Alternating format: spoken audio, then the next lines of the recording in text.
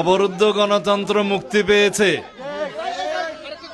মানুষের ভোটাধিকার আমরা ফেরত পেয়েছি।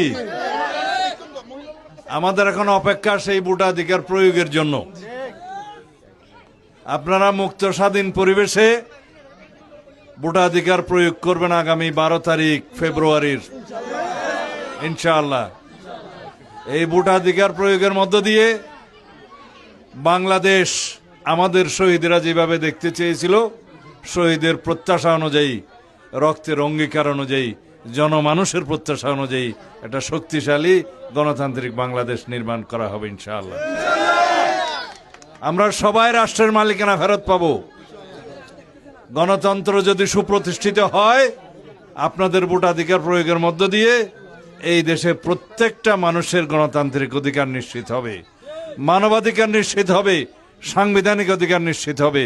আপনাদের সবার জন্য এমন একটা আমাদের ব্যবস্থা করতে হবে যাতে এই দেশের কোনো মা বোন আর দরিদ্র সীমার নিচে না থাকে, এই দেশের কোনো জনগণ যাতে দরিদ্র সীমার নিচে না থাকে, সেই লক্ষ্যেই আমরা বিএনপি সেই অর্থনৈতিক কর্মসূচি সাজিয়েছি। আপনাদের জন্য, মা বোনদের জন্য আমরা একটা ফ্যামিলি কার্ডের প্রতিশ্রুতি দিয়েছি। আপনারা নিশ্চয়ই ইতিমধ্যে জানেন।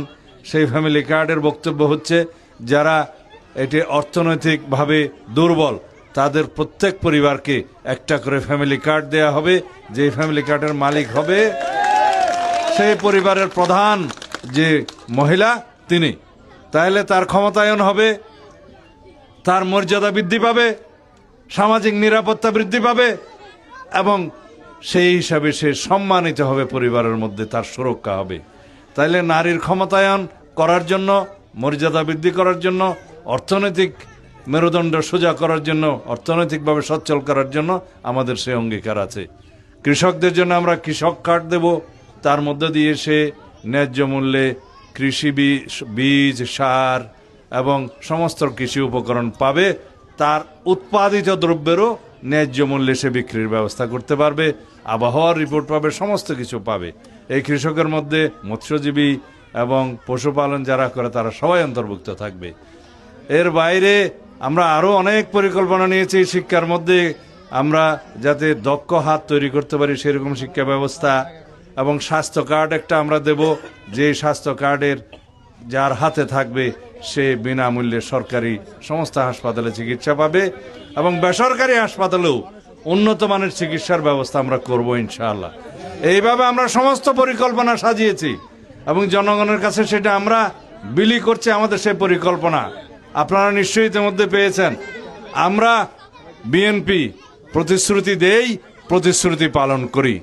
এদেশের মানুষ বিএনপিকে বারে বারেই ভোট দিয়েছে, এই দেশের মানুষ বিএনপিকে দেখেছে, এদেশের মানুষ শহীদ রাষ্ট্রপতি জিয়াউর রহমানকে দেখেছে, এই দেশের মানুষ দেশনেত্রী বেগম খালেদা জিয়াকে দেখেছে এবং ভবিষ্যতে ইনশাআল্লাহ আপনারা আমাদের নেতা জনাব তারেক রহমানকে দেখবেন।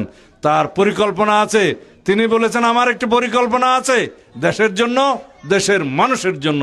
আমরা বলছি আমাদের একটা পরিকল্পনা আছে এই দেশের জন্য, এই দেশের মানুষের জন্য। ইনশাআল্লাহ আগামী ফেব্রুয়ারির 12 তারিখে আপনারা বিএনপির পক্ষে, ধানের শীষের পক্ষে সমর্থন জ্ঞাপন করবেন। আমরা আশা করি আপনাদের, আমাদের জনগণের, শহীদদের প্রত্যাশিত রাষ্ট্র নির্মাণ করতে পারব। আসসালামু আলাইকুম।